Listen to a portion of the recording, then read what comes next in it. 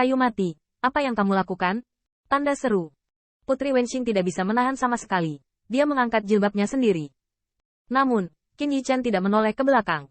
Ia masih terus mengoceh soal mahar. Ia sepertinya menyukai segala macam harta.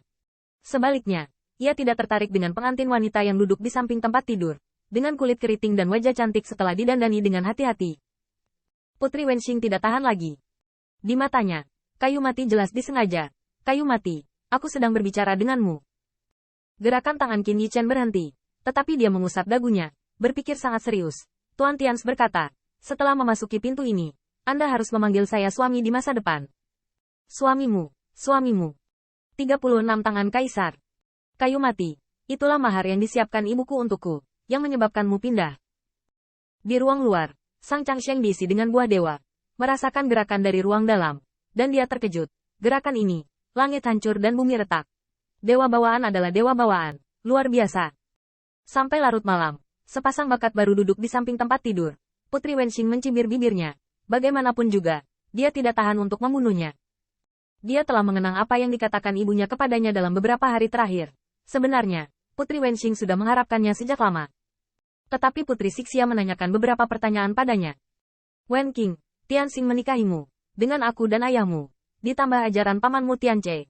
Setelah Tianxing tidak mungkin untuk main-main dan melakukan apa yang aku minta maaf padamu. Tapi pernahkah kamu berpikir bahwa meskipun Tianxing baru berada di dunia ini selama beberapa tahun, dia masih memiliki ribuan tahun untuk hidup di masa depan, bahkan lebih lama dari umur ayah dan ayah saya. Bagaimanapun juga, dia adalah dewa bawaan. Lalu setelah menunggu ribuan tahun, Tianxing tahu apa itu cinta dan apa itu cinta. Tapi kamu terus menjagamu dengan dingin sepanjang hari. Untuk Tianxing, kenapa tidak dianiaya? Terlebih lagi, dalam analisis terakhir, Kaisar Surgalah yang menyebabkan masalah. Anda menggertak Tianxing di setiap kesempatan. Bukankah itu penindasan dan ketakutan akan kesulitan? Jika kalian berdua benar-benar tidak cocok, dan jika kalian bertempur lagi, suatu hari kalian memiliki kemampuan untuk membunuh surga dengan Tianxing dan bertobat di depan Kaisar, maka itulah kemampuannya. Juga, Tianxing adalah bawahan ayahmu. Tidak hanya ayahmu untuk melawan dunia, ayahmu juga harus layak untuk Tianxing. Kamu sudah menikah. Ayahmu tidak bisa berada di depan istana kekaisaran yang penuh dengan seni sipil dan bela diri. Untuk mendukungmu. Putri Wenxing memikirkannya, sepertinya memang begitu. Tapi siapa yang bisa menceritakan keluhannya? Untungnya, Permaisuri Sixia sangat berpikiran terbuka dan tidak akan mengandalkan kekuatan keluarganya. Jadi dia akan menindas seorang menantu yang tidak memiliki dukungan setelah meninggalkan istana kekaisaran. Tetapi dia tidak akan menyalahkan putrinya. Secara keseluruhan, nasihat Permaisuri Sixia kepada putrinya adalah, lakukan apapun yang Anda inginkan. Sesuai keinginan kamu. Setelah Putri Wenxing bergumam pelan, dia melihat mas kawin yang menumpuk seperti gunung, dan tiba-tiba menundukkan kepalanya. Ayah, aku benar-benar menikah denganku. Ini bukan hal sepele. Dia masih putri Kaisar Dike dan bahkan tinggal di klan Dike. Tetapi dia telah memasuki gerbang istana Tianxing dan menjadi istri Feng Tianxing. Istri. Kedua kata ini bergema di hati saya berkali-kali. Dan Qin Yichen juga linglung saat ini. Dia masih ingat Tusan Miao Xuan bercanda sambil tersenyum tapi tersenyum. Jenderal Feng benar-benar berkah yang baik. Tapi muridku Tusan bukanlah berkah yang begitu baik. Selanjutnya, tubuh Hou Tiannya telah kembali ke rumah surga suci dan melihat Qian Sui, Ling Han, dan keluarganya. Kayu. Qin Yichen terkejut. Hah? Mulai sekarang, jangan panggil putriku. Ini baik. Tapi aku masih menyebutmu kayu mati. Kayu. Putri Wenxing tiba-tiba bangun, mengambil jubah Phoenix merahnya, menarik napas dalam-dalam, dan memikirkan apa yang dikatakan ibunya. Dia melakukan apapun yang dia inginkan. Mulai sekarang, aku akan menjadi istrimu dan nyonya istana Tianxing. Kata ibu, tergantung aku apakah keluarganya bahagia atau tidak. Qin Yichen menundukkan kepalanya, seolah-olah dia berkata, maka rumah ini sudah berakhir. Putri Wenxing mengertakkan giginya. Mulai sekarang, saya akan menjaga kekayaan keluarga.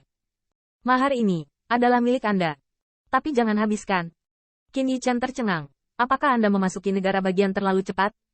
Dan Putri Wenxing baru saja bersiap untuk mendirikan keagungan istana. Tetapi tiba-tiba menemukan bahwa kayu mati ini sepertinya tidak memiliki kebiasaan buruk sama sekali. Dan dia tidak sama dengan Sang Changsheng dan sejenisnya. Lupakan. Biar kutunjukkan mahar orang tuaku dulu. Dalam hal mas kawin, Putri Wenxing cukup bangga. Keduanya berjalan keluar dari istana Tianxing bersama-sama dan melihat kapal dewa pendukung yang terletak di haram. Kapal dewa ini adalah kemegahan ketika ayahku menikahi ibuku. Qin Yichen melihat perahu ilahi. Itu memang sangat sombong. Kapal ini semuanya dibuat oleh Dao Jin. Ini memiliki ketangguhan yang luar biasa. dan bagian depannya cukup kuat untuk bertabrakan dengan binatang buas di Laut Biru. Putri Wenxing membawa Qin Yichen ke kapal lagi, dan mutiara berkedip-kedip, dan totalnya ada 9. Setelah diaktifkan, itu setara dengan kombinasi 9 kekuatan Dao.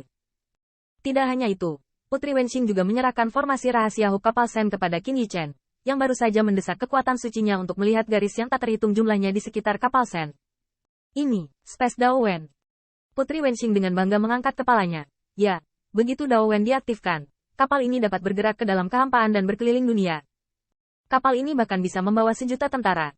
Kayu, ayahku menyuruhku menikah dengan kapal ini. Kamu harus mengerti apa artinya.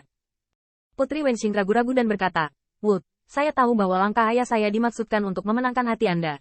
Tetapi ayah saya berbeda dari Kaisar Surga. Anda dapat merasakan bahwa dia memperlakukan Anda dengan tulus dalam beberapa tahun terakhir. Qin Yichen tidak bisa berkata-kata.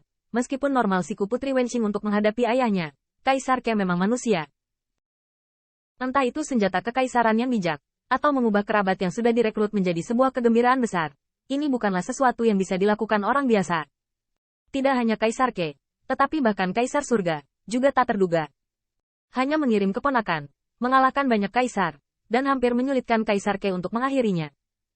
Kali ini pernikahan besar, bukan tawa terakhir Qin Yichen, lebih merupakan permainan antara dua kemampuan hebat, yang memungkinkannya mendapat untung dari celah. Setelah beberapa saat hening, Putri Wenxing tiba-tiba mengangkat telapak tangannya, membentuk sepasang sayap ilahi. Ini adalah, hanya ada 2 sayap dewa, satu di kiri dan yang lainnya di kanan. Tetapi mereka sangat kemasan, semuanya ditenun dari bulu suci suku Ujin. Selain itu, Qin Yichen dapat melihat bahwa ini sama sekali tidak aneh untuk bulu ilahi Wujin, yang masing-masing cukup kuat, terutama lapisan terluar dari sepasang sayap ilahi, yang setajam pisau dan tidak bisa dihancurkan. Bulu dewa di sisi kiri sayap dewa sangat tajam, bahkan menunjukkan seni bela diri yang lebih maskulin dibandingkan dengan bulu dewa di sebelah kanan. Ia sedikit lebih lembut dan lebih fleksibel. Ini adalah... Putri Wenxing berkata, ini adalah hadiah dari keluarga-keluarga saya. Ini adalah hasil dari setiap tetua klan yang menurunkan 100 bulu ilahi. Terutama 2 bulu dewa terluar. Satu adalah paman saya dan yang lainnya adalah diterjemahkan oleh bulu dewa ibuku. Artinya melindungi kami dari angin dan hujan.